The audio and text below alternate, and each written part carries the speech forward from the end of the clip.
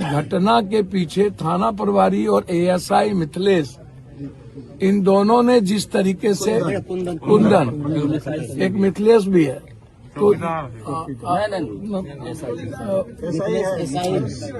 तो उसके बाद ये लोग जिस तरीके से किया, अब आप सोचिए 3 छोटी छोटी बच्ची है, एक 15 दिन की बच्ची है, और मोटरसाइकिल वाला कह रहा है कि ये लड़का कहीं नहीं है, और बिना केस का आप शक के दृष्टि से 1:30 बजे रात में ले जाते हैं, सुबह फिर कहते हैं भाई को आने छोड़ देंगे। मोटरसाइकिल वाला आता है और कहता है कि ये नहीं है, फिर आपने क्यों नहीं छोड़ा? फिर पैसे का निगोशिएशन क्यों करने लगे? तो गलती पे गलती तो थाना करते जा रही है, और 2 दिनों से है वो वहाँ। तो जब 2 रात रहा, 1 रात पहले उसने आत्महत्या नहीं किया या उसने फांसी नहीं लगाई, दूसरे रात क्यों फांसी लगा लिया भाई? आप लगातार दूसरे रात भी टॉर्चर, उसका भाई 2-2 बार गया, खाना लेके गया, तो उसके बाद आप टॉर्चर, आपने इतनी पिटाई, इतनी जघन आपने उसके साथ किया कि वो बच्चा मर गया। तो 302 का मुकदमा तो हम चाहेंगे कि हर कीमत पर प्रशासन उस पर लगाए, और एक बार की घटना नहीं है, इसकी पूरी इंक्वायरी हो। हम डीजी साहब को भी और एडीजी को भी हमने मैसेज किया है, और हम सरकार से जरूर चाहेंगे कि किसी भी कीमत पर इसकी नौकरी बर्खास्त हो, इस परिवार को मुआवजा मिले। बिल्कुल गलत बहाना है, कुछ भी नहीं होने के बावजूद यह कहना कि ये फंदे हैं, और जो लोग सीसीटीवी फुटेज में नहीं है या वीडियो में नहीं है, हर कीमत पर प्रशासन कम से कम वहां जाकर के आतंक का माहौल ना बनाए, ये सही नहीं होगा।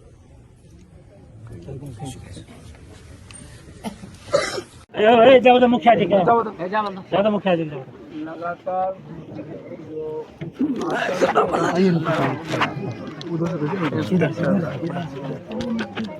मुजफ्फरपुर में सीने में गोली मार दी जगतपीत राय जी को,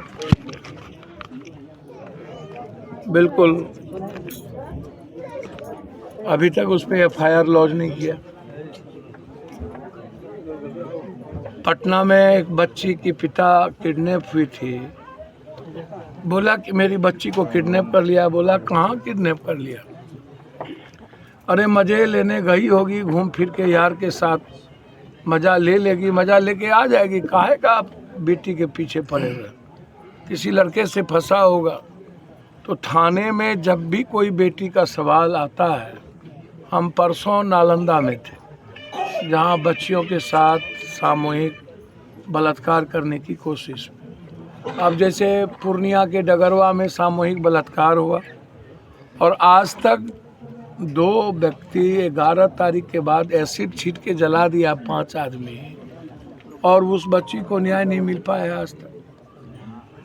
समझ में नहीं आता है। लोकसभा में भी लगातार मामला उठने के बाद एक बच्ची को किडनैप, छोटी सी बच्ची को किडनैप किया बरारा से, और उस बच्ची को किडनैप के बाद आपको आश्चर्य होगा, कल जाकर के उस बच्ची का किडनैपिंग और जो लड़के लोग किडनैप किए वो भाग गया। पुलिस तो जिस बच्चे को मारा है, जो वीडियो दिख रहे हैं आप, फांसी का जो बात कर रहा है, उस पे आप देखिए तो 20 तारीख का वो डेट आता है। इनको 2 तारीख को रात में 1:30 बजे ले जाया गया। इनके भाई जाते रहे, बातचीत होती रही। जिस मोटरसाइकिल के बारे में बोला, वो मोटरसाइकिल वाले भी थाना पर गए। उन्होंने कह दिया ये लड़का है ही नहीं, और ना ये मेरी मोटरसाइकिल है। फिर इनको 1 लाख 1.5 लाख रुपए का सौदा करते रहा, पैसा लेके बुलाया,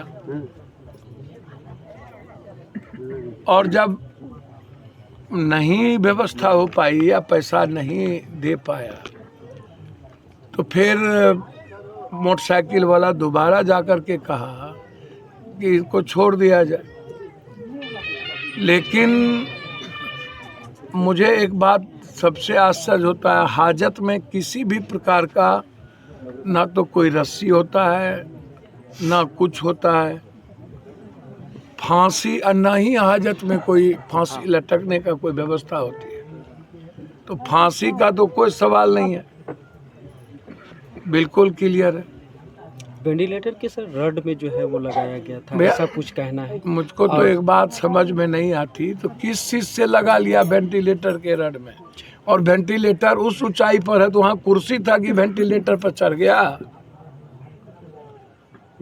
वहाँ टेबल था या कुर्सी थी कि हम कुर्सी पर टेबल पर चढ़ के वेंटिलेटर में लगा करके हम झूल गए?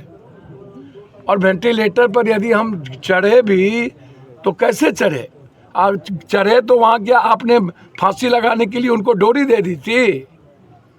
सर बेल्ट से तो फांसी लगी नहीं होगी। उसमें जो है वो एक ओढ़ने वाला चादर को दिखाया जा रहा है। हमको तो एक बात समझ में नहीं आता, मैं कह रहा हूँ कि वेंटिलेटर पर चढ़ा कैसे? एक दूसरा चादर से आप हमको जरा कोई चादर से फांसी लगा के दिखा दीजिए। और फांसी यदि लगाता तो वो झूलता ना। आप जिस तरीके से आप मारते मारते उसमें परिजन का कहना है, और जो फोटो हम देखे हैं हाथ में बिजली करंट लगाने की बात आई है, परिजन बोल रहे हैं उनके गले पर बहुत बड़ा, देखिए फांसी लगाने का जो सरकमस्टांसेस है वो बिल्कुल डिफरेंट है। और यदि हम ऐसा मान भी लें कि फांसी हाजत में किसी ने लगाया, तो हाजत की अभिरक्षा में फांसी लगाया तो 302 का मुकदमा तो बनेगा थाना प्रभारी और एएसआई पर कि आपने 2 दिनों से आप गिरफ्तार करके रखे हुए हैं। एक तो आप किसी भी कीमत पर 24 घंटा से ज़्यादा आपको कोर्ट ले जाना है, 48 आप कितने दिन थाना में रखिएगा? आपने 2 रात 1 दिन आप थाना में रखे, लगातार आप पैसे की बात करते रहे, तो इसीलिए फांसी तो सवाल ही नहीं उठता।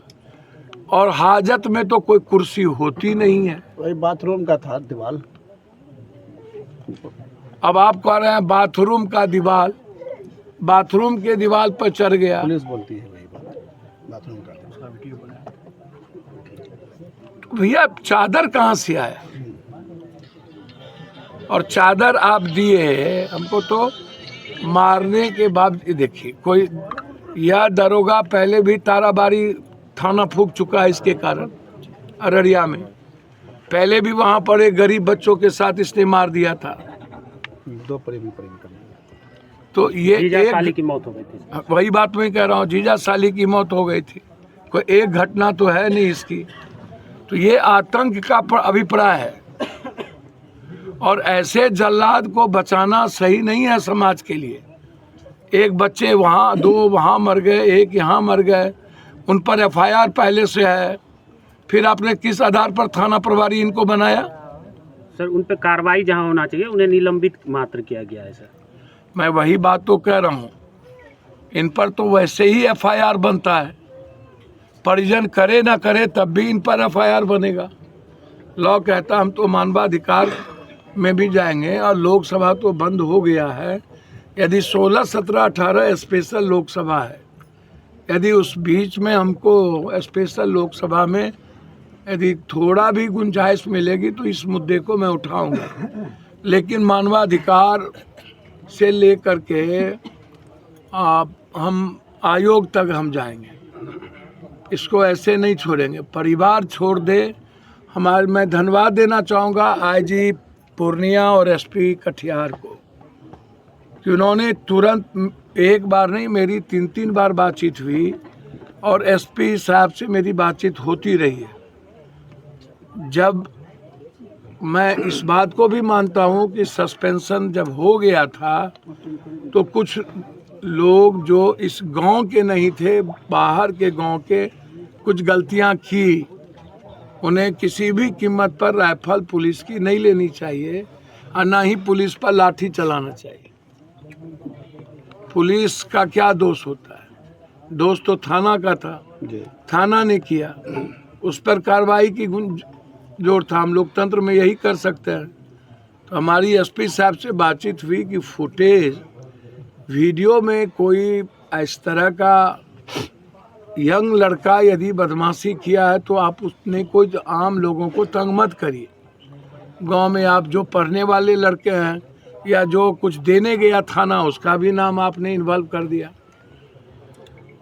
परिजन का सर आरोप है कि पुलिस के द्वारा लगातार उन्हें डराया और धमकाया जा रहा है। मैं तो कह रहा हूँ कि वहाँ पर भी कटिहार में उनके भाई का कहना है कि हमको धमकाया गया वरिष्ठ पदाधिकारी के द्वारा कि मनिहारी ले जाओ तो यहाँ ले जाओ, वरिष्ठतम पदाधिकारी ने धमकाया है। तो मेरा तो इतना ही रिक्वेस्ट होगा कि इस गांव से मैं कहूँगा कि एक पब्लिक पिटीशन आईजी साहब के नाम से कि जो है नहीं, कोई भीड़ का हिस्सा कहीं खड़ा है, उसको भी, उसके हाथ में पत्थर नहीं है, उसने कोई लाठी नहीं चलाया, और जो भीड़ में खड़ा है तो उसको भी आप इन्वॉल्व कर दीजिए। कोई लड़का